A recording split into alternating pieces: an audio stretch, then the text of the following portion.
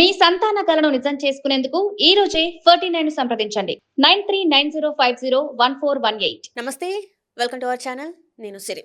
So ఈరోజు మన ముందు ఉన్న గెస్ట్ అయితే ఇక పేరు చెప్పాల్సిన అవసరం లేదు. బీఆర్ఎస్లో ఫైర్ బ్రాండ్ ఎవరైనా ఉన్నారు అంటే అది ఒక బీఆర్ఎస్ పావని గౌడ్కే సాధ్యమవుతుంది. ఎక్కడ ఏమైనా కూడా ఇట్లా వెళ్ళి మాట్లాడిందంటే ఇక అంతే, ఇక పక్కన వాళ్ళు నోరు మూసుకోవాల్సిందే. సో ఇవాళ మన ముందు బీఆర్ఎస్ పావని గౌడ్ గారు ఉన్నారు. నమస్కారం అండి. నమస్తే. ఎట్లున్నారు?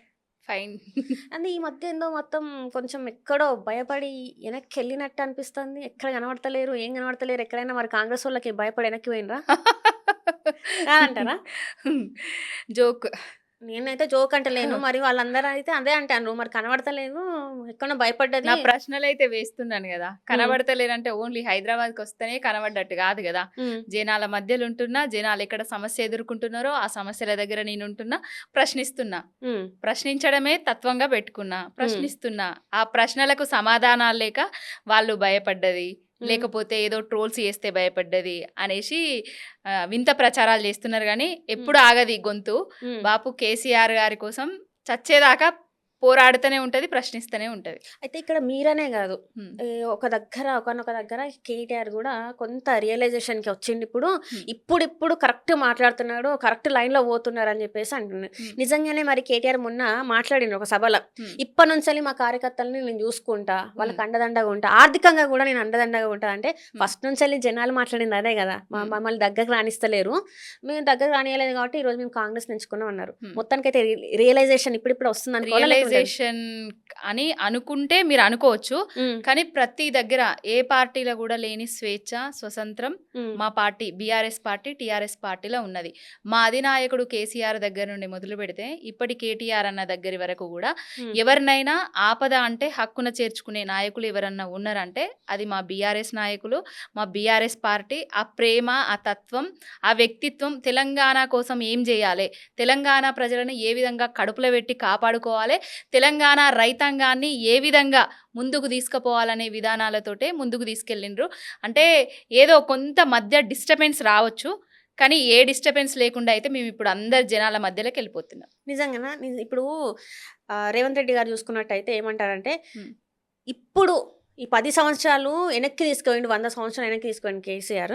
ఇప్పుడు సుభిక్షంగా ఉన్నది తెలంగాణ, ఇప్పుడు ప్రజలు సంతోషంగా ఉన్నారు, మళ్ళీ ఒక 15 సంవత్సరాలు కూడా నేనే ముఖ్యమంత్రి ఉంటా అని చెప్పేసి ఆయన అంత ధీమాగా చెప్తాడంటే దాన్ని మీరు ఎక్కడ కూడా ఖండిస్తలేరు. మరి మీకు నమ్మబుద్ధి అవుతుందా? అది మీకు నా నమ్మకం వేరు, మీరు చెప్పాలి కదా. ఇప్పుడు అసలు ఎక్కడ చెప్పలేకపోతున్నాం మేము. ఈ 2.5 ఏళ్లలోనే తెలంగాణ ప్రజలకు చుక్కలు చూపించిండు రేవంత్ రెడ్డి అనేటైనే. పురోగమనంలో ఉన్న తెలంగాణను తిరోగమన స్థితికి తీసుకొచ్చిండు రేవంత్ రెడ్డి అనేటైనే.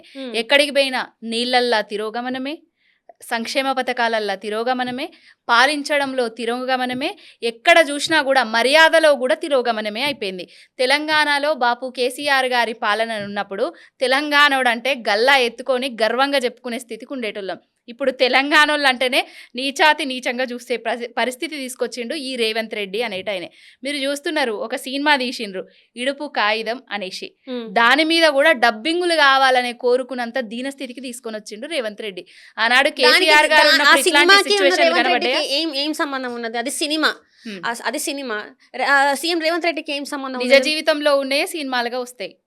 సినిమాను ఆ రేవంత్ రెడ్డికి ఏం సంబంధం అంటే, మన అస్తిత్వాన్ని కాపాడేటోడు నాయకుడైతే మన అస్తిత్వం గౌరవించబడుతుంది, మన అస్తిత్వాన్ని దిగజార్చేటోడు నాయకుడైతే మన అస్తిత్వానికి కూడా అగౌరవం ఏర్పడుతుంది అనేది దీంట్లో చూసుకోవచ్చు మనం. అంటే ఇప్పుడు మీరు ఎత్తిన కాబట్టి అంటున్నా, ఇప్పుడు ఇడుపు కాగితం అంటే చాలా మందికి అర్థమైతలేదు, వాళ్ళు సబ్ టైటిల్స్ అడుగుతారు. మరి నిజంగానే అంత అర్థం కాని భాషనా మరి తెలంగాణ భాష అంటే? ఆనాడు మావిడాకులు తీసుకుంటే, వాళ్ళ సినిమా తీసుకుంటే మాకు అర్థమైతలేదు అని మేము ఏమన్నా అడిగినామా తెలంగాణలో? ఎందుకు ఇడుపు కాగితం అనేది వాళ్ళకెందుకు అర్థమైతలేదు? ఇదంతా ఏంటంటే ఒకటి కావాలనే ఉద్దేశంతో ఇదంతా ఒకటి జరుగుతుంది, అంతే తప్ప ఇంకొకటి ఏం లేదు. అంటే దీని మీద కొంతమంది యూట్యూబర్లు కూడా మాట్లాడుతున్నారు. ఏం మాట్లాడినంటే నేను ఒకసారి చెప్తే ప్రయత్నం చేస్తా.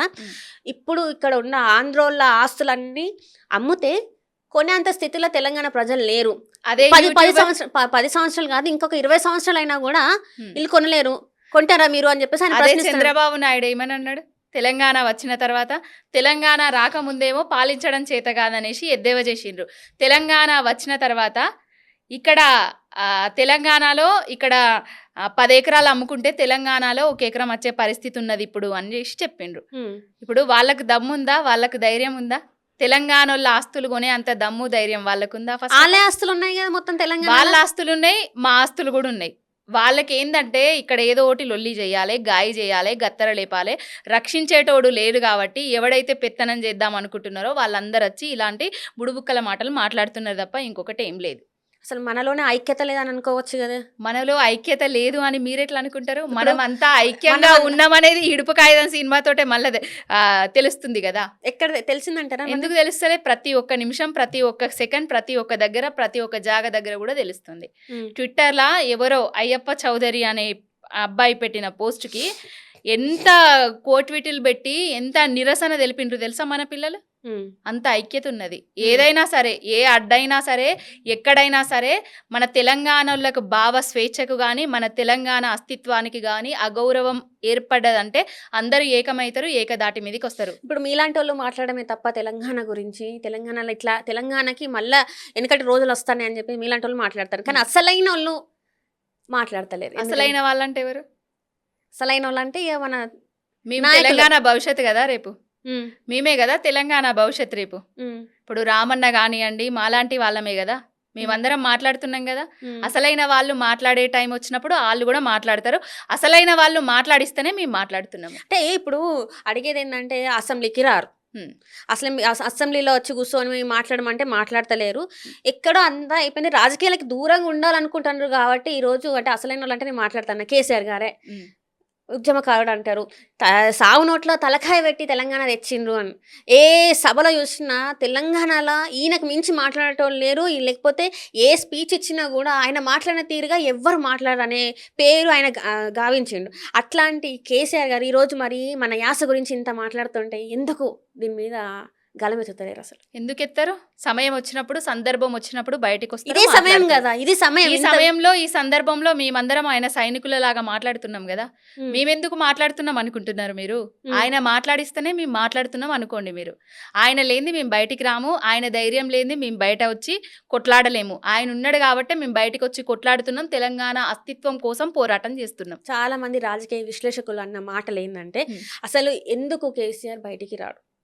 విశ్లేషకులు మాట్లాడు, నేను మాట్లాడింది కాదు, వాళ్ళు అడిగేది ఒకటి. కేసీఆర్ గారు బయటికి వస్తేనేమో ఇప్పుడే కేసీఆర్ గారు బయటకు వచ్చి వాళ్ళ మీద అది చేస్తున్నారు, ఇది చేస్తున్నారు అని అంటారు. బయటికి రాకపోతేనేమో ఎందుకు వస్తలేడు కేసీఆర్ గారు అని అంటారు. ఇది జనాల నానుడి, దాని నుంచి ఎవరు తప్పించలేరు. కానీ జనాలు తెలుసుకోవాలి కదా ఏది తప్పు ఏది ఒప్పు. ఆనాడు కేసీఆర్ గారు చెప్పిండ్రు కదా, మోసపోతే గోస పడతామనేసి. ఇప్పుడు గోస పడుతున్నారు కదా, ప్రతి ఒక్కరికి తెలుసు. ఇప్పుడు పడాలని ఎవరు కోరుకోరు, పడాలని ఎవరు కోరుకోరు, కరువు రావాలని ఎవరు కోరుకోరు, నీళ్లు దొరకొద్దని ఎవరు కోరుకోరు, ఎరువులు దొరకొద్దని ఎవరు కోరుకోరు, రైతు బంధు రావద్దని ఎవరు కోరుకోరు, రైతు బీమా రావద్దని ఎవరు కోరుకోరు, కళ్యాణ లక్ష్మిల తులం బంగారం రావద్దని కూడా ఎవరు కోరుకోరు. ఇస్తా అంటే కూడా ఎవరు వద్దనరు. కానీ ఇవ్వకుండా చేస్తున్నోడు జనాలకు పంగనామాలు పెడుతుంటే జనాలు ఎందుకు ఇంత ఉపేక్షిస్తున్నారు అనేదే ఇప్పుడు ఈ రోజు. అంటే జనాలు చూస్తూ ఊరుకున్నారంటారా? జనాలు చూస్తూ ఊరుకుంటలేరు. ఎప్పుడు ఏదైతే రావాలో ఆ టైంకి వస్తారు, వాళ్ళ ఓటు ద్వారా వాళ్ళకు పక్కా సమాధానాలు చెప్తారు. మొన్నటికి మొన్న ఇప్పుడు ఏంటంటే సర్పంచ్ ఎన్నికలు పెట్టిండ్రు, ఎంపీటీసీ జడ్పీటీసీ ఎన్నికలు పెట్టిండ్రా అండి? మున్సిపల్ ఎన్నికలు ఏమన్నా పెడుతున్నారా? జిహెచ్ఎంసీ ఎన్నికలు ఏమన్నా పెడుతున్నారా? ఎందుకు పెడతలేరు? భయం, భయం అనేది పట్టుకుంది. భయం అనేది పట్టుకొని ఎలక్షన్లకు పోతలేరు. దేనిలా భయం కాకుండా ఉంటదండి? సీటుకు గండమేనాయి, సీటుకు గండమేనాయి. రైతన్నలకు సుక్కలు చూపెట్టించి ఆది విధంగా గండమే తీసుకొచ్చుకున్నాడు. ప్రతిదీ పాలించడం చేతగాక ప్రతి సమయాన్ని దుబారా చేస్తూ ఏదైతే ఎవరైతే ప్రశ్నిస్తున్నారో, ఎవరైతే ఎదిరిస్తున్నారో, ఎవరైతే హామీలు నెరవేర్చు నాయన అని అడుగుతున్నారో వాళ్ళ మీద కేసులు పెట్టడము, వాళ్ళని ఏదో విధంగా ఇబ్బందుల పాలు గురి చేయడం తప్ప ఇంతవరకు ఏమన్నా చేసింది ఉన్నదా రేవంత్ రెడ్డి గారు? ఈ 2.5 సంవత్సరాలల్లా 75 సార్లు ఢిల్లీకి వేయండు. 4 కొత్తలు కూడా ఢిల్లీ నుంచి మనకు తీసుకొని రాలేదు. ఆనాడు కేసీఆర్ గారిని ఏమన్నాడు? మోడీతోటి సఖ్యతగా లేడు అని చెప్పిండు. ఈనాడు నా బడే బాయి నా చోటే బాయి అనేసి రేవంత్ రెడ్డి మోడీ గారు జబ్బలు జరుచుకున్నారు కదా. మరి రేవంత్ రెడ్డి గారు తెలంగాణకు కేంద్రం నుంచి ఎన్ని నిధులు తీసుకొచ్చిరో చెప్పాలి. సాధించి మొత్తానికైతే కేంద్రం నుంచి ఒప్పించుకున్నారు కదా, మెట్రో సెకండ్ ఫేజ్ గురించి. మెట్రో సెకండ్ ఫేజ్ గురించి ఒప్పించుకున్నారా? ఎవరు ఒప్పించుకున్నారు? ఎవరి సంస్థ ఏ సంస్థని ఏ దాంట్లో కలుపుతా అనుకుంటున్నారు, ఎవరి కోసం ఎవరి షాపింగ్ మాల్ల కోసం దాన్నంతా రాద్ధాంతాలు చేసుకుంటున్నారో మీకు తెలియదా అండి? ఇప్పుడు యాదాద్రి థర్మల్ పవర్ కట్టిండ్రు, దాన్ని ప్రైవేట్ చేస్తారా? ఆనాడు కేసీఆర్ గారు కట్టిన దాన్ని అది ప్రైవేట్ చేస్తున్నారు. ఇదేమో ఎల్ఎల్టీ సంస్థలు ఉన్నదాన్నేమో మెట్రోని గవర్నమెంట్ ఆధీనంలో తీసుకుంటామని చెప్తున్నారు. ఎల్ఎన్టీ చెప్పింది కదా, మాతో అయితలేదు, మేము భరించలేము, మాతోని అయితలేదు, మేము భరించలేము అని చెప్పే అంత స్థానానికి వాళ్ళని తీసుకొని వచ్చిండ్రు వీళ్ళు. అంతే తప్ప ఇంకొకటి ఏం లేదు. ఇంట్లో అంతా షాపింగ్ కాంప్లెక్స్ల గురించి వెళ్ళి ఏవైతే ఆస్తుల గురించి వెళ్ళి వాళ్ళు కన్నేసిండ్రు, దాన్ని కైవసం చేసుకుందామని చూస్తున్నారు. అంతే తప్ప పెద్ద ఆరోపణలు చేస్తాను. మీరు మామూలు ఆరోపణలు చేయట్లే, షాపింగ్ మాల్ల కోసం వాళ్ళు ఇట్లా చేస్తారంటారా? గుంట జాగా కోసం కూడా హైడ్రా పెట్టి ఇండ్లు కూలుస్తలేరా అండి? రోజు చూస్తలేమా పేదోళ్ళు ఇండ్లు ఏ విధంగా కూలుస్తున్నారో? హైడ్రా పేరు చెప్పుకొని ఎక్కడ జాగా దొరికితే అక్కడ కబ్జా చేద్దామని చూసుకునే రకాలు రియల్ ఎస్టేట్ బ్రోకర్లు పాలిస్తున్నారు ఇప్పుడు రాజ్యాన్ని. ఈ రాజ్యాన్ని ఏ విధంగా భ్రష్టు పట్టిస్తున్నారో తెలంగాణ ప్రజలు చూస్తున్నారు. నిజంగా చూస్తానంటారా? తప్పకుండా చూస్తున్నారు. రేపు రాబోయే రోజులలో బుద్ధి కూడా చెప్తారు. రైట్. మరి మీ పాత్ర ఏంది? బిఆర్ఎస్ పాత్ర ఏందంటారు? మరి మా పాత్ర మీకు ఎక్కడ కనిపిస్తలేదు? లగచెర్ల నుంచి మొదలు పెడితే వెలుగుమట్ల దాకా మా పాత్ర కనిపించలేదా? రైతు బంధు కోసం కొట్లాటల మా పాత్ర కనిపించలేదా? రైతుల నీళ్ల కోసం కొట్లాటల మా పాత్ర కనిపించలేదా? కాళేశ్వరాన్ని కూలేశ్వరం చేస్తూ ప్రతి ప్రాజెక్టును ఎండబెడుతున్న కాడ మా కొట్లాట కనిపిస్తలేదా? మా పాత్ర కనిపిస్తలేదా? మా పాత్ర ప్రతి దగ్గర ఉన్నది. ఆనాడు అధికారంలో ఉన్నా కూడా తెలంగాణలో మా పాత్ర ఉన్నది, అధికారం కోల్పోయి ప్రతిపక్షంలో ఉన్నా కూడా మా పాత్ర ఉన్నది. ప్రతి దగ్గర మా పాత్ర మేము చూపిస్తున్నాము. మరి మీ పాత్ర ఇంత మంచిగా చూపిస్తుంటే మరి ప్రజలు ఈ 2023 ఎలక్షన్స్లా ఎందుకు మిమ్మల్ని కాదనుకున్నారు? అంటే తులం బంగారం కోసం కాదనుకున్నారు. అరే జస్ట్ ఒక తులం బంగారం కోసం మీరు ఇస్తున్న అన్ని వాళ్ళు మంచిగా వాళ్ళకి అంత ఆనందాన్ని కలిగిస్తే ఇక తులం బంగారం కోసం ఎంత పర్సెంట్ ఓట్ల తేడాతోటి ఓడిపోయినాం? 1.8% ఓట్ల తేడాతోటి మాత్రమే ఓడిపోయినాం. ఎన్ని రాజకీయ శక్తులు కుయుక్తు గట్టి కేసీఆర్ గారిని ఓడగొట్టినే మీకు తెలియదా? మోడీ గారు, రేవంత్ రెడ్డి గారు, చంద్రబాబు నాయుడు గారు, పవన్ కళ్యాణ్ గారు, వీళ్ళందరూ కలిసే కదా కేసీఆర్ గారిని ఓడగొట్టింది. అసలు ఇక్కడ పార్టిసిపేట్ చేయలేదు. ఇప్పుడు వాళ్ళు పార్టిసిపేట్ చేయలేదని మీరు అనుకుంటున్నారు. వెనకాల చక్రాలు తిప్పి ఓడగొట్టింది మాత్రం వీళ్ళందరూ. అంతే తప్ప ఇంకొకటి లేదు. అంటే చక్రాలు తిప్పడం అంటే ఏం తిప్పారు? అంటే దేనికోసమైనా తెలంగాణలో కేసీఆర్ గారు ఉంటే వాళ్ళ పప్పులు ఉడుకుతలేవనే ఉద్దేశంతో కేసీఆర్ గారిని గద్దె దించే ప్రోగ్రాం పెట్టుకున్నారు. మీరు సరిగ్గా నిరుద్యోగ సమస్య కనుక తీరుస్తూ ఉంటే, రైతన్నలకి కావాల్సిన వాళ్ళకి సమకూర్చుంటే, వైద్యమే కావచ్చు, విద్యనే కావచ్చు, ఇప్పుడు రేవంత్ రెడ్డి గారు విద్య గురించి మాట్లాడుతున్నారు. అట్లాంటివి ఏమన్నా మీరు చేస్తుంటే ఈ రోజు మీరు ఇట్లా కూర్చొని మాట్లాడకపోయే వాళ్ళు కావచ్చు కదా. అయితే మీకు ఒకటి అర్థం కాలేదు అండి. ఏంటంటే రైతులకు రైతు బంధు పెట్టి మేము రైతు బంధు పడ్డప్పుడల్లా సభలు పెట్టుకోలేదు, మీటింగులు పెట్టుకోలేదు. ఎట్లా పడ్డాయో ఎప్పుడు టంగు అనేసి కేసీఆర్ రైతు బంధు వచ్చిందో కూడా రైతులకు తెలియని పరిస్థితిలో మేము రైతు బంధులు వేసినాం. అది మేము చేసింది చెప్పుకోకపోవడమే మా అపచారం అనుకుంటాము. ఇంకొకటి ఆనాడు 10 ఏళ్ల కేసీఆర్ గారి పాలనల, అంతకుముందు 60 ఏండ్ల కాంగ్రెస్ ప్రభుత్వ పాలనల నేను రాను బిడ్డో సర్కారు దావకానకు అనే విధంగా ఉండేది. కేసీఆర్ గారి పాలనల నేను వస్తే సర్కారు దావకానకే పోతా అనే నానుడిని తీసుకొని వచ్చిండ్రు. ప్రతి బిడ్డకు కానివ్వండి, తల్లికి కానివ్వండి, సురక్షితంగా ఏదైతే నార్మల్ డెలివరీ చేసే దాన్ని తీసుకొని వచ్చిండు. కానీ రేవంత్ రెడ్డి గారి లెక్క మెడికవర్ హాస్పిటల్కో కార్పొరేట్ సంస్థలకో అడ్వర్టైజ్మెంట్ పెట్టి, ప్లకార్డులు పెట్టి, హోర్డింగ్లు పెట్టి ప్రచారాలు చేసుకోలేదు కదా. అది మేము ఏంటంటే మేము చేసింది కూడా చెప్పుకోలేకపోయినాము 10 ఏళ్లల్లా.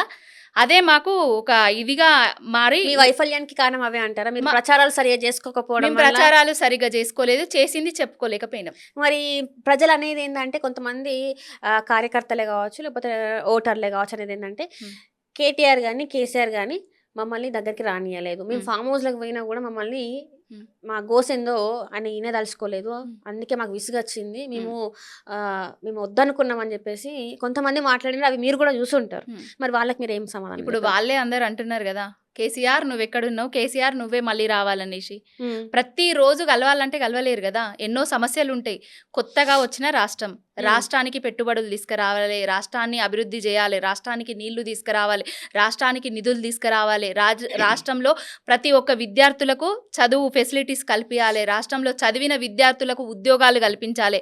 అదే దృక్పథంతో వేయిండ్రు, అభివృద్ధి చేయాలనే నినాదంతో ముందుకు వేయిండ్రు. నానా రాజకీయాలు అయితే ఇక్కడ చేయలేదు కేసీఆర్ గారు. అక్రమాలు అక్రమాలు అన్యాయాలు భూదందాలు కిరికిరులు లొల్లీలు పంచాయతీలు రేవంత్ రెడ్డి వచ్చినాకనే నడుస్తున్నాయి. రియల్ ఎస్టేట్ దందాలు మీ దాంట్లో ఏం జరగాలి? రియల్ ఎస్టేట్ దందాలకే care of address Revanth Reddy. మీ దాంట్లో ఏం జరగాలి? మా దాంట్లో ఏం జరిగినాయి? మా దాంట్లో ఎక్కడ రియల్ ఎస్టేట్? హైదరాబాద్ నలుదిక్కుల టిమ్స్ కట్టించిండ్రు కేసీఆర్ గారు, గవర్నమెంట్ హాస్పిటల్. ఏ విధంగా కట్టించిండ్రు మీకు తెలుసు కదా. వరంగల్లో సూపర్ స్పెషాలిటీ హాస్పిటల్ కట్టించిండ్రు. ఇప్పుడు రేవంత్ రెడ్డి వచ్చి 2.5 ఏళ్ళు అవుతుంది. కేసీఆర్ గారు 10 ఏళ్ళు పాలించిండ్రు. ఆ 10 ఏళ్లల్లా 2 ఏళ్ళు కరోనా లాంటి కష్టకాలమే వచ్చింది. కరోనా లాంటి కష్టకాలంలో కూడా మన లోటు బడ్జెట్ అంటే మన బడ్జెట్కి ఏ అంతరాయం కలగకుండా, ప్లస్ రైతులకు ఏ విధమైన అంతరాయం కలగకుండా రైతు బంధు కానివ్వండి, రైతులకు ఎరువులు కానివ్వండి, రైతు బీమా కానివ్వండి, రైతులకు నీళ్లు కానివ్వండి, రైతులకు కరెంటు కానివ్వండి, ప్రతి దగ్గర తీసుకొచ్చిండు. కానీ రేవంత్ రెడ్డికి 2.5 ఏళ్లల్లా ఏం తక్కువైందనేసి రైతు బంధు బంద్ అయిపోతుంది, రైతు బీమాకు ప్రీమియంలు కడతలేరు, రైతులకు ఎందుకు నీళ్ళు ఇస్తలేరు, రైతులకు సకాలంలో రావాల్సిన కరెంట్ ఎందుకు వస్తలేదు. పెట్టిన పొయ్యి కట్టినిల్లు కదా. కేసీఆర్ గారు ప్రతి జిల్లాను చేసిండు, జిల్లాకు ఒక కలెక్టరేట్లు చేసిండ్రు, ప్రతి జిల్లాకు ఒక మెడికల్ కాలేజీని తెచ్చిండ్రు, ప్రతి జిల్లాలో ఏ సదుపాయాలు కావాలనో ఆ సదుపాయాలను పెట్టిండ్రు. రైతు బంధు ఏ విధంగా వేయాలో కూడా చూసి పెట్టిండ్రు. కానీ వేయాల్సిన దాన్ని వేయకుండా నువ్వు సభలు పెట్టుకుంటా, దేవుడు కూడా ఇవాళ ఏరువాక పౌర్ణమి, రేపు ఖమ్మంలో సభ పెట్టి నేను రైతు బంధును అదే రైతు భరోసా అంటున్నారు కదా, ఆ రైతు భరోసా నేస్తా అని సభ పెట్టిండు. ఆ సభ కూడా దేవుడు సాక్షిగా కూడా ఆ సభ రద్దయిపోయింది. అందులో ఆయనకు కూడా ఇష్టం లేదు, దేవుడికి కూడా ఇష్టం లేదు. రేవంత్ రెడ్డి అనేటైనా ఏ దేవుని మీదనండి ఓట్లేయండి? అధికారంలోకి వచ్చిన తర్వాత రుణమాఫీ చేస్తా అని ఒట్లు లచ్చన్న మీద, యాదాద్రి లచ్చన్న మీద వేసిండు కదా. ఇప్పటి వరకు ఎవరికన్నా 2 లక్షల రుణమాఫీ చేయలేదా? ఎవరికి చేసిండు? 2 లక్షల రుణమాఫీ 100% చేస్తా అన్నాడు. 100% అయిందా? వాళ్ళ కొడంగల్కే పోయి అడుగుదాం మనం. అడగండి ఖచ్చితంగా. ఒక్కసారి మనం మాట్లాడదాం. ఏదో ఒక నియోజకవర్గం పోయి 2 లక్షల రుణమాఫీ అయిందని ఇప్పటి వరకు అయితే చాలా వరకు మాట్లాడుతున్నారు. ఇప్పుడు ఆయన ధీమా అదే. ఎందుకంటే 2 లక్షల రుణం మాఫీ 100% అయ్యేది ఉంటే నేను ముక్కు భూమికి రాకుతా. నేను ముక్కు భూమికి రాకి రేవంత్ రెడ్డికి క్షమాపణ అడుగుతా. అదే రేవంత్ రెడ్డి అనేటైనే క్షమాపణ చెప్తాడా రైతాంగానికి?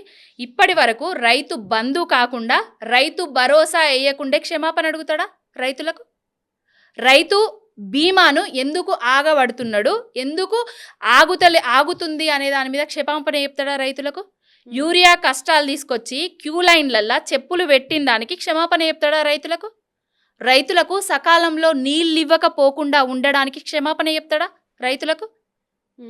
ఎంత కష్టం వచ్చిందంటే తెలంగాణలో మా మిడ్మానేర్లో కానివ్వండి, మా ఎల్ఎండీలో కానివ్వండి, ఎక్కడ చూసినా కూడా ఎడారిలాగా అనిపిస్తుంది ఈ వర్షాకాలం వచ్చిన తర్వాత. ఆనాడు కేసీఆర్ గారు నీళ్ళు ఎత్తిపోస్తే కాళేశ్వరంలో ఇవి వరదకచ్చిన నీళ్లు అని అన్నాడు. మరి ఏమైపోయినాయి? వరదలు వస్తలేవా? వాగులు వస్తలేవా? వంకలు వస్తలేవా? మరి నీళ్ళు ఎందుకు వస్తలేవు? కాళేశ్వరాన్ని కూలేశ్వరం చేసి నీళ్లను బాబుగారికి పంపిస్తూ రాజకీయాలు చేస్తూ ఇక్కడ తెలంగాణను భ్రష్టు పట్టిస్తున్నాడు రేవంత్ రెడ్డి అనేటైనే. ఇప్పటికీ కూడా కన్నేపల్లి దగ్గర ఒక అది బ్రిడ్జి కట్టి, కాపర్ బ్రిడ్జి లాగా కట్టి నీళ్లను ఆపి ఎత్తి పోసుకోవచ్చు ప్రతి ప్రాజెక్టులో కూడా. రైతన్నలకు నీళ్ళు ఇవ్వచ్చు. ఏ ప్రత్యామ్నాయం చూపిస్తలేడు. మీరు వస్తారా? మీరు నాతోటి మేడిగడ్డ దగ్గరికి రండి. ఆ కూలిపోయింది, కుంగిపోయింది, కొట్టుకపోయింది అన్న పిల్లర్ దగ్గరనే ఇసుక ఏ విధంగా దందాలు చేస్తారో మీకు చూపిస్తా. ఎల్ఎండీలకు రండి, నిజంగా దందాలు చూపిస్తా. జరుగుతుందా నిజంగా? ఎక్కడ చూసినా అదే దందా. మరి దీని మీద ఎందుకు మాట్లాడతారు? ఎందుకంటే ఆల్రెడీ కుంగింది అక్కడ, దాని పక్కన ఇసుక అనేది తీస్తే అది ఇంకా ఎంత ప్రమాదకరం అనేది ఇంకా కూలిపోవాలనే చూస్తున్నారు కదా వాళ్ళు. ఎంత ప్రమాదకరమైన ప్రజల ప్రాణాలతో చెలగాటం అన్నట్టు కదా. ప్రజల ప్రాణాలు కాదు, తెలంగాణ ఆస్తితోటి చెలగాటం ఆడినట్టు, తెలంగాణ ఉన్న ఏవైతే ఉన్నారో రైతాంగంతో చెలగాటం ఆడినట్టు. మనకి ఇప్పటికీ కూడా కాళేశ్వరమే కదా దిక్కు. లేకపోతే ఎక్కడి నుంచి ఎత్తిపోసుకుంటాం నీళ్లను? కాళేశ్వరమే లేకపోతే నీళ్ళు ఎక్కడి నుంచి వస్తాయి? రేవంత్ రెడ్డి అనేటైనా చెప్పాలి. SLBCకి నిన్న సూర్యాపేటకు పోయిండు. చేస్తా అన్నారు కదా, మార్చి 2029 నాటికి అది మొత్తం అయిపోతుంది. ఏదైపోతుంది? ఏదైతే నీళ్లు ఏవైతే ఉన్నాయో కృష్ణా జలాలు మేము నల్గొండకి అందిస్తామని చెప్పేసి ఆయన చెప్తాడు. మళ్ళీ కోమటిరెడ్డి వెంకటరెడ్డి కూడా చెప్పిండు, సభాముఖంగా చెప్పిండ్రు మీరు చెయ్యండి వాళ్ళు చేసి చూపెడతా అని. అంత ధీమాగా చెప్తున్నారు, చెయ్యండి అయితే చెప్పరు కదా అంత ధీమాగా. ఎవరు చెయ్యండి, మీరు- ఎవరు మీరు- చేయలేదు మీరు చెయ్యండి. పాలమూరు రంగారెడ్డి కట్టింది ఎవరు? పాలమూరు రంగారెడ్డి ప్రాజెక్టు కానివ్వండి, కరివేన, ఉద్దండపూరు అవన్నీ చేసింది ఎవరు? కేసీఆర్ గారు కదా. కనీసానికి 2170 ఎకరాల భూమి ఏదైతే 170 ఎకరాలేనా 170 ఎకరాల భూమిని ఏదైతే తీసుకోవాలనో అది తీసుకోక ప్రాజెక్టును పడావు పెడుతున్నది రేవంత్ రెడ్డి అనేటైనే. ఇంకోటి నేను ఒక్కటే అడగదలుచుకున్నా, ఆ సూర్యాపేటకు పోయి ఆ సభలు పెట్టుకొని అడిగేటాయనని నేను ఒక్కటే అడగదలుచుకున్నా. ఎస్ఎల్బీసీలా ఏదైతే 8 మంది కార్మికులు ఉన్నారు కదా, వాళ్ళకి పోయిండ్రు కదా, చనిపోయిండ్రా మరి ఉన్నారా మరి ఏం చేసిండ్రు అనేది వాళ్ళ కుటుంబ సభ్యులకు తెలుసా ఇప్పటివరకైనా? వాళ్ళ అస్థికలో లేకపోతే వాళ్ళు ఏమన్నా తీసుకొచ్చి బయట పెట్టిండ్రా? అలాంటి దద్దమ్మలు ఇప్పుడు ఎస్ఎల్బీసీలు పూర్తి చేస్తామంటే ఎవరు నమ్ముతారని? మీరు మళ్ళా దద్దమ్మలు అంటారు. అయ్యో రామా, దద్దమ్మలే కదా, ఏది చాతగాని దద్దమ్మలు వాళ్ళు. మీరు పదే పదే మాట అవును, వాళ్ళు చాతగాని దద్దమ్మలే అండి, వాళ్ళు చాతగాని దద్దమ్మలే. కాబట్టి కృష్ణా జలాలు పోతున్నా కూడా, శ్రీశైలం నుంచి వాళ్ళు నీళ్లు ఎత్తుకపోతున్నా కూడా, అక్కడ ఏంది కాలువలు కట్టుకొని మన నీళ్ళని ఎత్తుకపోతున్నా కూడా చూస్తూ ఊరుకునే దద్దమ్మలు వాళ్ళు. ఆనాడు 60 ఏండ్లు కూడా నీళ్ల గోస తెచ్చిన దద్దమ్మలు వాళ్ళే. ఈనాడు మళ్ళా 2.5 ఏండ్లల్లా మనకు నీళ్ల గోసను తీసుకొచ్చిన దద్దమ్మలు కూడా వాళ్ళే. ఆనాడు పోతిరెడ్డి పాటుకు పొక్క కొడితే మంగళారతి పట్టిన దద్దమ్మలే ఈనాడు మళ్ళా కృష్ణా జలాలు తీసుకుపోతుంటే కూడా మంగళారతి పడుతున్న దద్దమ్మలు వాళ్ళు. వాళ్ళకు నీళ్లు బేసిన్ల గురించి, బేసిక్స్ గురించి, టీఎంసీల గురించి, క్యూసెక్ల గురించి వాళ్ళకి ఏ అవగాహన లేదు. ఏది ఎక్కడున్నదో కూడా తెలియని దద్దమ్మలు వాళ్ళు, ఇంకా నేర్చుకోలేని దద్దమ్మలు వాళ్ళు, నీళ్లు తీసుకురాలేని దద్దమ్మలు వాళ్ళు, నీళ్లు ఎత్తిపోయలేని దద్దమ్మలు వాళ్ళు, రైతు బంధు ఇయ్యకుండా రైతులను ఆగం చేస్తున్న దద్దమ్మలు వాళ్ళు. దద్దమ్మలు వాళ్ళు అంటే మొత్తం కాంగ్రెస్ లో ఉన్న నాయకుల్ని మొత్తం అంటారా, లేకపోతే ఎవరైనా పర్టికులర్ ఒక్క వ్యక్తిని అంటారా మీరు ఇట్లా? ఇప్పుడు కాంగ్రెస్ లో ఉన్న నాయకులు అంటే ప్రతి ఒక్క నాయకుడు అయితే ముఖ్యమంత్రి కాలేడు కదా. ముఖ్యమంత్రే కదా పాలన చేయాల్సింది, ముఖ్యమంత్రే కదా మంత్రులను కానివ్వండి ప్రతి ఒక్కరిని నడిపించాల్సింది, ముఖ్యమంత్రే కదా ప్రాజెక్టులను పడావు పెట్టకుండా పరుగులు పెట్టియాల్సింది. పరుగులు పెట్టేయకుండా ఆలోచన రహితంగా ముఖ్యమంత్రి గారు ఉన్నారంటారా? ఆలోచన రహితంగా, అవగాహన రాహిత్యంగా కూడా ఉన్నారు. అవగాహన లేక, ఆలోచన లేక, ఏది చేయాలో తెలియక తత్తరబిత్తర మాటలతోటి తెలంగాణకు అన్యాయం చేస్తున్న దద్దమ్మ ముఖ్యమంత్రి ఆయన.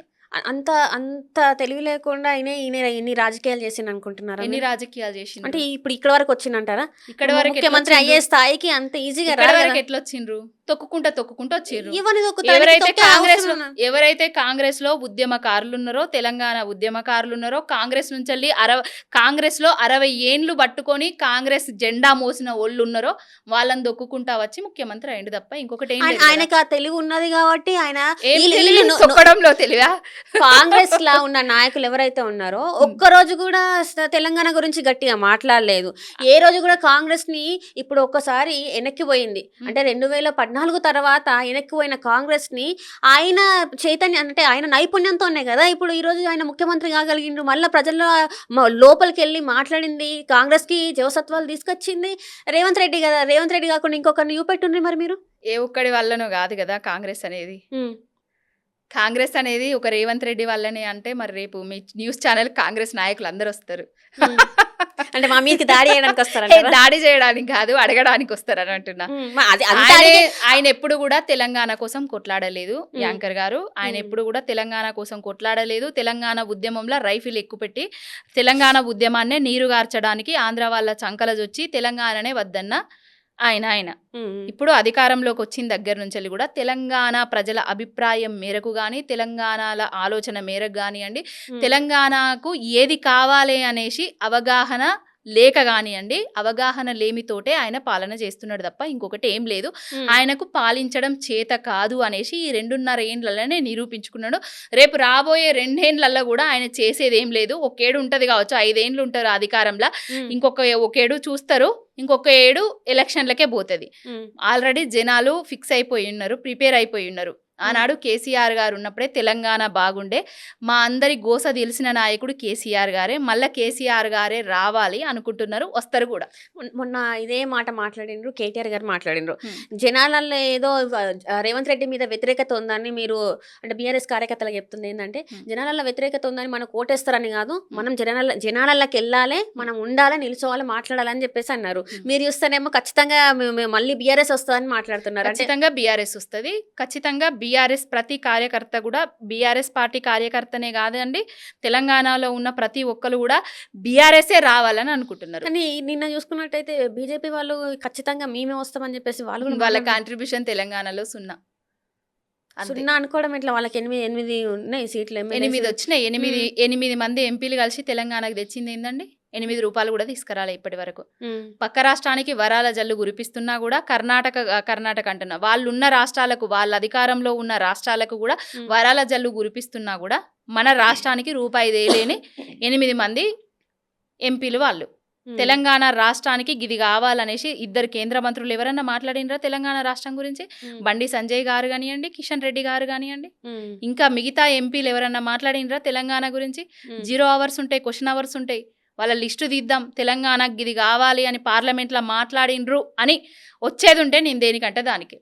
ఇప్పటి వరకు కూడా తెలంగాణ అస్తిత్వం ఢిల్లీ వేదికగా కూడా ఇక్కడి వరకు కూడా తెలంగాణ వరకు కూడా తాకట్టు పెట్టినట్టుగా చేస్తున్నారు రేవంత్ రెడ్డి. తెలంగాణకి మరి కేంద్రం నుంచి వెళ్ళి నిధులు రాకపోతే వచ్చే ఏవైతే కేంద్రం నుంచి వచ్చేటియో అవి కూడా వచ్చేటి కాదు కదా. మీరు కేంద్రం నుంచి ఏమొస్తున్నాయి? మనం రూపాయి పంపిస్తే మనకు చారాన మనకి 20 పైసలు మాత్రమే ఇస్తున్నారు. మనం పన్నుల రూపకంగా రూపాయి ఇస్తే వాళ్ళు 25 పైసల రూపకంగా మనకి ఇస్తున్నారు తప్ప ఇంకొకటి ఏం లేదు. అంటే ఎంత కావాలి మనకి? రూపాయి కావాలి. మనకు రూపాయి కాదు, రూపాయికి 2 రూపాయలు వచ్చినా కూడా నష్టమేం లేదు కదా. మన పన్నులను తీసుకుపోయి, మనం ఇచ్చే ట్యాక్స్లను తీసుకుపోయి వాళ్ళ రాష్ట్రాలకు పెట్టుకుంటున్నారు కదా. మన రాష్ట్రం కూడా డెవలప్మెంట్ కావాలి కదా. మన రాష్ట్రానికి పక్క రాష్ట్రాలకేమో అన్ని రాష్ట్రాలకు మెడికల్ కాలేజ్ ఇచ్చిండ్రు కానీ మన రాష్ట్రానికి ఇచ్చిండ్రా వాళ్ళు? అన్ని రాష్ట్రాలకు జాతీయ హోదాలతోటి కూడిన ప్రాజెక్టులు ఇచ్చిండ్రు కానీ మన రాష్ట్రానికి ఏమన్నా ఇచ్చిండ్రా వాళ్ళు? ఇప్పుడు కాళేశ్వరాన్ని జాతీయ హోదా చేయాలని అడిగినాం కదా, అడిగినా కూడా ఎవరు పట్టించుకోలేదు కదా. అంత గట్టిగా ఇప్పుడు పక్క రాష్ట్రాల గురించి మీరు ఎంత అయితే మాట్లాడుతున్నారో వాళ్ళు పోరాడినట్టు ఎంత ఫైట్ చేయాలో అంత ఫైట్ చేసిండ్రు. నేను అప్పుడు సుప్రీంకోర్టు అంటే ఢిల్లీ లీగల్ డిపార్ట్మెంట్లోనే పనిచేసేదాన్ని. ఎంత ఫైట్ చేయాలో చేసిండ్రు. ఆ కాళేశ్వరం ప్రాజెక్టును కూడా ఎంత ఆపాల్లో కూడా చూసిండ్రు వాళ్ళు. ఎన్జిటీలో కానివ్వండి, ప్రతి ఒక్క దగ్గర కూడా కానివ్వండి. కానీ ఇంకొకటి ఏంటంటే, ఏదున్నా మన కష్టం మన సుఖం తెలిసినోడే మన నాయకుడు అయితే మంచిగుంటది.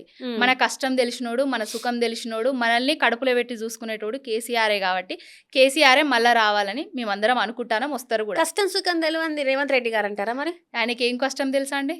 ఎందుకు తెలియదు? ఏమన్నా బాన్ విత్ సిల్వర్ స్పూనా, గోల్డెన్ స్పూనా? కూడా ఆయన కష్టపడుకుంటూనే వచ్చిండు కదా. ఏ రోజు ఆయన కోసం ఆయన కష్టపడ్డాడు కానీ తెలంగాణ రాష్ట్ర ప్రజల కోసం అయితే ఏం కష్టపడతలేడు.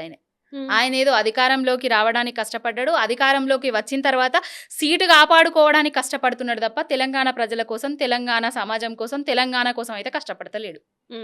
ఇక్కడ ఇక రాబోయే రోజులలో కూడా తెలంగాణ కోసం ఆయన కష్టపడ్డాడు. అంటే మొత్తానికి అసలు తెలంగాణకి సంబంధం లేదన్నట్టు మాట్లాడుతున్నారు రేవంత్ రెడ్డికి. తెలంగాణకి పాలన చూసిన తర్వాత ఆయనకు తెలంగాణ మీద ఎంత అవగాహన ఉన్నదో అర్థమవుతుంది ప్రతి ఒక్కరికి ఈ పాలన చూసిన తర్వాత. కవిత గారు పార్టీ పెట్టిన తర్వాత ఒకంత వెనక్కి పోయింది బీఆర్ఎస్ అని చెప్పేసి కొన్ని మాటలు వినిపిస్తున్నాయి.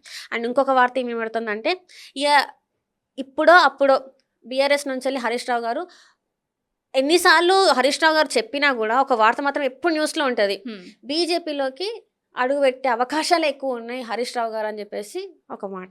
ఇప్పుడు ఈ రెండిట్లలో వాస్తవాలు లేవంటారా? ఏది వాస్తవం లేదు. మీరు అడిగిన దాంట్లో ఏది వాస్తవం లేదు, ఏది వాస్తవం కూడా కాదు. హరీష్ అన్న గారు నేను పార్టీ వదిలిపోను, నా గొంతులో ప్రాణం ఆయన చెప్తున్నారు. ఆ రాసేటోళ్ళు ఎందుకు రాస్తున్నారో మాకైతే అర్థం కావట్లేదు. మరి నిప్పు వాళ్ళ దగ్గరికి ఎట్లా వస్తుందో మాకు అర్థమైతలేదు. ఆ నిప్పు అందించేటోడేవాడో, ఆ పొగను బయటికి ప్రచారం చేసేదేవాడో, ఎవరి ఉనికి కోసం చేసుకుంటున్నారో వాళ్ళకి తెలియాలి. ఎక్కడ కూడా మరి మాట్లాడలే అంటారా? ఎక్కడ కూడా మాట్లాడారు. ఆయన పార్టీ మారాలనే ఆలోచన కూడా ఆయనకు లేదు. చచ్చే వరకు ఈ పార్టీలనే ఉంటారు. అది ఫైనల్. ఇంకా ఇంకొకటి కవితక్క గారు పోవుడుతోటే బీఆర్ఎస్ పార్టీ వెనుకకు వేయింది అనేది కూడా అవాస్తవము. ఎందుకంటే మీరందరే కదా, ఆమె చెప్పినవనే. ఆనాడు మీరందరే లిక్కరు అని మాట్లాడినరు.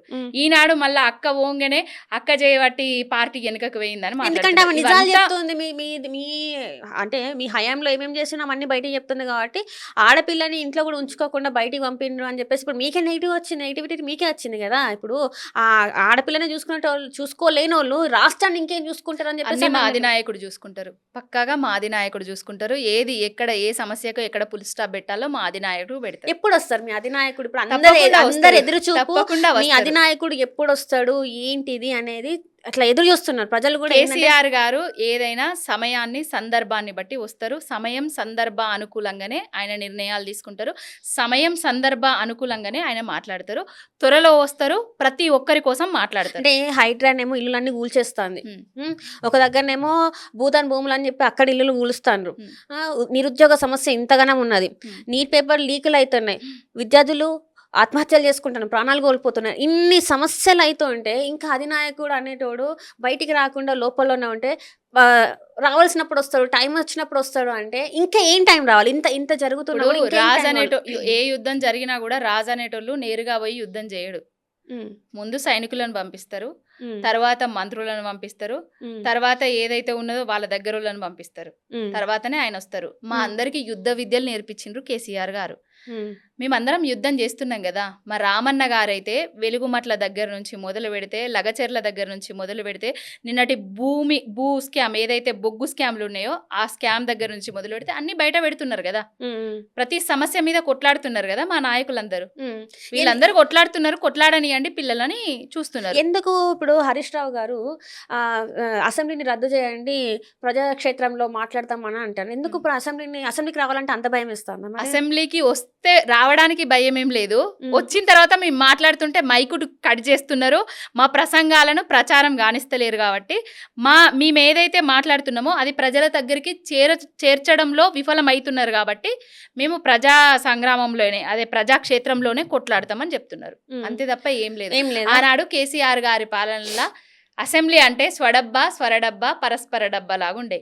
ఇప్పుడు అట్లాంటి డబ్బాలు లేవు. అసెంబ్లీ పెడతాండు, ఎవరు ఆయన మీద వ్యతిరేకంగా మాట్లాడతారో వాళ్ళ మీద స్కాములు చేసిండ్రు, ఇది చేసిండ్రు, అది చేసిండ్రు, వ్యంగ్యాస్త్రాలతోటి మాట్లాడడం. కానీ సబితమ్మ గారిని ఏమన్నారో కూడా మీకు తెలుసు. జూబ్లీ బస్ స్టాండ్ల అడుక్క తినాలే అది ఇది అనేసి మంత్రులనే ఏవైతే సహచర ఎమ్మెల్యేలుగా పనిచేసిన వాళ్ళనే, ఆమె ఒక హోంమంత్రిగా పనిచేసింది, అలాంటి సీనియర్ నాయకులనే ఎగతాళి చేసే సభను తీసుకొని వచ్చారు. అది కౌరవ సభలాగా నడుస్తుంది కాబట్టి ఆ సభ కరెక్ట్గా నడుస్తలేదు కాబట్టి బయటకు వచ్చి ప్రజాక్షేత్రంలోనే తెలుసుకుందాం అంటున్నారు. మీ నాయకులు కూడా ఏమి తక్కువ మాట్లాడతలేరు అనుకుంటా. మా నాయకులు ఎప్పుడు తక్కువ మాట్లాడారు? మా నాయకులు ఎప్పుడు తక్కువ మాట్లాడారు. ఆనాడు తెలంగాణ కోసం తక్కువ మాట్లాడలేదు, ఈనాడు తెలంగాణ ఆత్మగౌరవం వంచబడుతుంటే కూడా తక్కువ మాట్లాడతలేదు. కానీ ఎక్కడైనా ఆపాలి కదా. ఎందుకంటే ఎదుటోడు అట్లా నోరు పడేసుకుంటాను అంటే మనమైనా మన విచక్షణని కోల్పోకుండా ఉండాలి కదా. అయినా కూడా మీరు అట్లా ఎందుకు ప్రతిసారి ప్రతి ఒక్క నాయకుడు ప్రెస్ మీట్ పెట్టడం? ఏదో ఒకటి మొన్న మైనంపల్లి గారు ఏదో మాట్లాడిందని చెప్పేసి వరుసగా మీరు ప్రెస్ మీట్లు పెట్టి ఏం చెప్పాలనుకుంటున్నారు ప్రజలకు? ఒక విషయం చెప్పాలా, ఈ సంస్కృతికి తెరలేపింది ఎవరండి? ఈ సంస్కృతికి తెరలేపింది రేవంత్ రెడ్డి అని. దగ్గర నుంచి రండా అని కేసీఆర్ గారు అన్నారా? పేగులు తీసి మెడలేసుకుంటా అని కేసీఆర్ గారు అన్నారా? వీళ్ళని తొక్కుతామని కేసీఆర్ గారు అన్నారా? సంపాలే సావాలని కోరుకున్నారా కేసీఆర్ గారు ఎక్కడన్నా? బీఆర్ఎస్ వాళ్ళు ఎక్కడైనా? ఇప్పుడు మైనంపల్లి గారు మొన్న వచ్చి ఏం మాట్లాడినరు కేటీఆర్ గారిని? షుగర్ వ్యాధిగ్రస్తుడు అది ఇదని అట్లాంటి ఏనా మాట్లాడేది? ఎవరు రేపు రాబోయే భవిష్యత్ పిల్లలు రాజకీయాలకు రావాలి అనుకునే వాళ్ళు ఏం నేర్చుకోవాలి వీళ్ళ ప్రసంగాలతోటి? ఇప్పుడు ఒకటి అనుడెందుకు 10 పడుడెందుకు? మీరు ఒకటి అనుడు బంద్ చేయండి. మీరు అధికారంలో ఉన్నారు, తగ్గి మాట్లాడండి. మేము ప్రతిపక్షంలో ఉన్నాము, ఏదైనా అంటాము, నిరూపించుకోవాలి మీరు, అంతే కదా. వాళ్ళు తగ్గి మాట్లాడకుండా అధికారంలోకి రావడానికి ఏవైతే హామీలు ఇచ్చిండ్రో అవి ఇవ్వకుండా నిరుద్యోగుల సమస్యలను కానివ్వండి, ఉద్యోగస్తుల సమస్యలను కానివ్వండి, రైతుల సమస్యలను కానివ్వండి, సకల జనుల సమస్యలను అట్లనే పెట్టి ఓన్లీ మేము తిట్ల ప్రోగ్రామే పెట్టుకుంటామంటే ఎవరు చూస్తూ ఊరుకోరు కదా. నిన్న సూర్యాపేటకు వేయండు, ఈయననేమో 6 ఫీట్ ఉన్నట్టుగా ఆయనను 3 ఫీట్ అంటాడు జగదీశ్వర్ రెడ్డి గారిని. ఈయనేమన్నా 6 ఫీట్లు ఉన్నప్పుడు, ఈయన బాహుబలి లెక్క ఉన్నప్పుడు ఇంకోళ్ళని ఎద్దేవా చేయాలి, ఎగతాళి చేసుకుంటూ మాట్లాడాలి. ఈయన ఉన్నదే 3 ఫీట్లు, మళ్ళీ అడిగిపోయి నేను 3 ఫీట్లు అని అంటాడు. దేనికైనా ఇప్పుడు సమాధానానికి సమాధానం అయితే ఉంటది కదా అండి. ఇప్పుడు ఎవరైతే చేతులు కట్టేసుకొని ఉండరు కదా, నోర్లు కట్టేసుకొని ఉండరు కదా, నువ్వు మాట్లాడితే నీకంటే తాతలు మాట్లాడేటోళ్ళు బయటకు వస్తారు. నువ్వు మాట్లాడడం ఆపితే కేసీఆర్ గారిని పిచ్చి పిచ్చి సంభాషణలతోటి ప్రేలా సభలు పెట్టుకొని పిచ్చి పిచ్చి మాటలతోటి మాట్లాడకుండా ఉంటే ఎవరు నీ జోలికి రారు. మీరు ఇట్లా మాట్లాడుతుంటే మిమ్మల్ని అరెస్ట్ చేసే అవకాశాలు ఎక్కువ ఉంటాయి కదా. ఆల్రెడీ మీరు ఏవైతే ప్రెస్ మీట్లు పెడుతున్నారో కృషాంక్ అన్న ఏదైతే ఉందో ఆయన అరెస్ట్ చేస్తాను, బాల్క సుమన్ గారిని చూస్తే మన అరెస్ట్ ఇంకా జైల్లోనే ఉన్నారు. సో మీరు కూడా అట్లా ఏమన్నా జైలుకు పోవాలనుకుంటారా? అట్లా అంటే వాళ్ళు పంపించాలనుకుంటే మనం ఏం చేయలేం కదా. నేనైతే పోవాలని అనుకుంటలేను, వాళ్ళు పంపించాలనుకుంటే నేనేం చేయలేను కదా. మీరు ఇట్లా మాట్లాడుతున్నారు కాబట్టి వాళ్ళు ఇప్పుడు ఒక అధికారంలో ఉన్నారు, వాళ్ళు ఒక రాష్ట్రానికి ముఖ్యమంత్రి స్థాయిలో ఉన్నారు, మంత్రుల స్థాయిలో వాళ్ళందరూ ఉన్నారు. మరి అట్లాంటి వాళ్ళని అధికారానికి భయపడి ప్రశ్నించడం ఆపేస్తే ఆనాడు తెలంగాణ రాకపోతుండే కదా. అధికారం ఉంది కదా అనేసి తెలంగాణను ఆగం చేస్తామని చూస్తూ ఊరుకునేటోళ్ళం మేము కాదు కదా. తెలంగాణ ఉద్యమ బిడ్డలం కదా. ఏ టైంకు ఏది మాట్లాడాలో అది మాట్లాడుతూనే ఉంటాము, ప్రశ్నిస్తూనే ఉంటాము. కేసీఆర్ గారిని గద్దెనెక్కే వరకు కూడా, రేవంత్ రెడ్డి గద్దె దిగే వరకు కూడా మా పోరాటం ఆగది.